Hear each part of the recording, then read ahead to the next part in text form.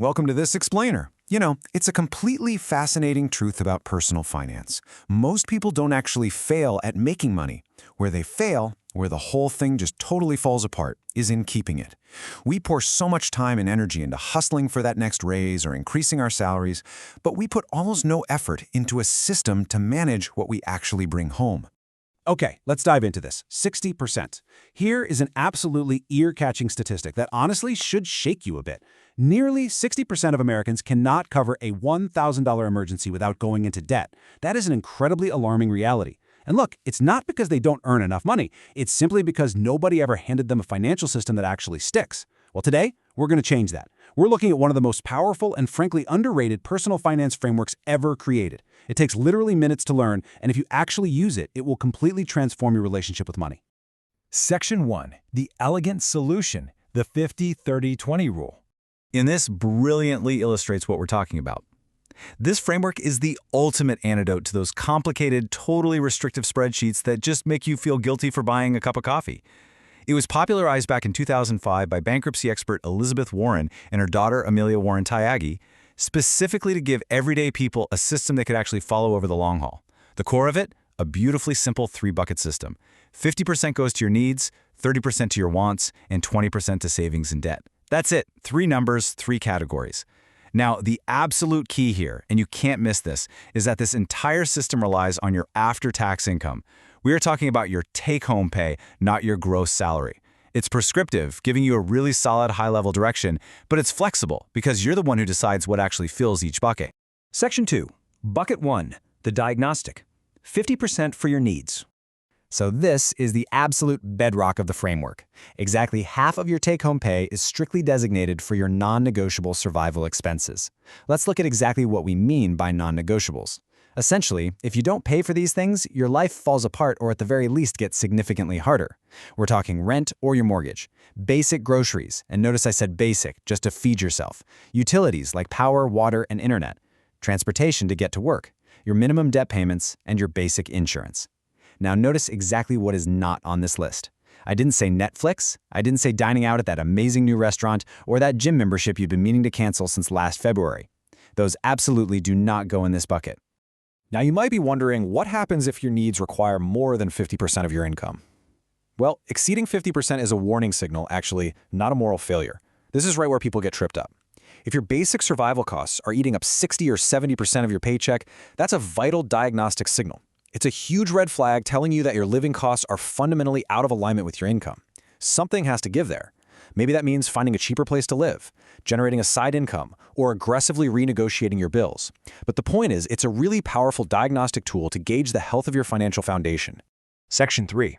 Bucket 2. The playground. 30% for your wants. Now, what's really interesting about this slide is the stark contrast it shows. Because this second bucket right here, this is the ear-catching secret to actually sticking to a financial system without burning out. On the left side, we've got our strict survival needs, basic groceries, utilities. But on the right side are wants, dining out, streaming services. We really need a major paradigm shift here. Wants aren't actually bad. You're not supposed to ruthlessly eliminate every fun things from your life. This is exactly where most other budgets fail. They're just way too restrictive, treating every non-essential purchase like some kind of moral failing. People feel deprived, they snap, they break the budget, and they just give up. But not with this framework. Enjoy your life, but know your number. Think about the massive psychological relief of this concept for a second. You literally have a built-in, guilt-free spending bucket. You are intentionally capping your fun at exactly 30%. You want to upgrade to a nicer car when a used one would do? Fine, it comes out of your 30% playground. You want to spend money on hobbies, travel, those super expensive concert tickets? Great, it comes right out of that 30%. The beauty is, you get to spend it intentionally, rather than mindlessly, and completely without guilt. Section 4. Bucket 3. The future self. 20% for savings and debt. All right, this is the final bucket, and honestly, it is absolutely the most important one. This entire 20% is dedicated strictly to building your financial future. Here are the specific action items that belong in this bucket to protect and compound your wealth over time. First up, building a solid 3 to 6 month emergency fund. Second, funding those retirement accounts, whether that's a 401k, a Roth IRA, whatever you have access to.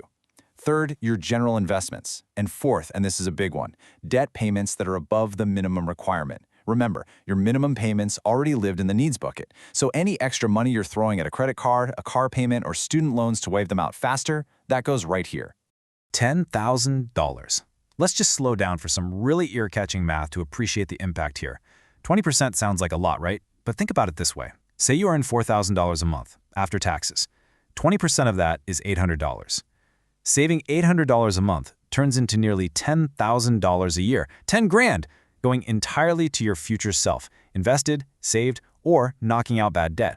Imagine compounding that over 10, 20, or 30 years. You're looking at a completely different financial life. But hey, listen, if hitting that 20% feels completely impossible to you right now, that is okay. Seriously, start small. 5% or 10% builds the habit. You can always grow that percentage as your income goes up or as your expenses shrink.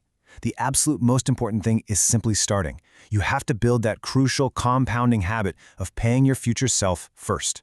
Section 5. Execution. Put it into practice today. Let's move to and see how this builds into a concrete plan, because talking about theory is useless if it just stays in your head. I am going to give you a foolproof step-by-step plan to set this up immediately after we finish. Step 1. Calculate your monthly after-tax income. Again, that's your take-home pay, what actually hits your bank account. Step 2. Multiply that number by 0.50, 0.30, and 0.20 to get your exact dollar targets. Step 3. Pull up last month's bank or credit card statements and categorize your spending. You have to be perfectly honest with yourself here. Sort every single expense into needs, wants, or savings. And finally, Step 4. Compare your reality to the framework. Where you over, where you under. That gap right there, that's your action plan. You don't have to be perfect on day one. This process is highly achievable, and the entire goal is just to get directionally right.